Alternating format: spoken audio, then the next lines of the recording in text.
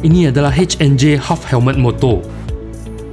Dia ada black visor for better sun protection. Dia punya panjang adalah 26 cm, dia punya lebar adalah 20 cm, dia punya tinggi adalah 20 cm. Dia ada top ventilation system. Datang dengan quick release base. Dia ada enhanced sun protection visor. Dia ada night reflector.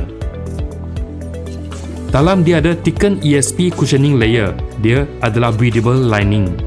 Dia datang dengan thicker sealing strip juga supaya dia tak ada leaking untuk wind and water. Dia ada high recognition reflective tail plate, so lebih selamat memandu kat malam. Dia punya helmet lightweight saja, hanya 900 gram. Guys, ini helmet cukup handsome.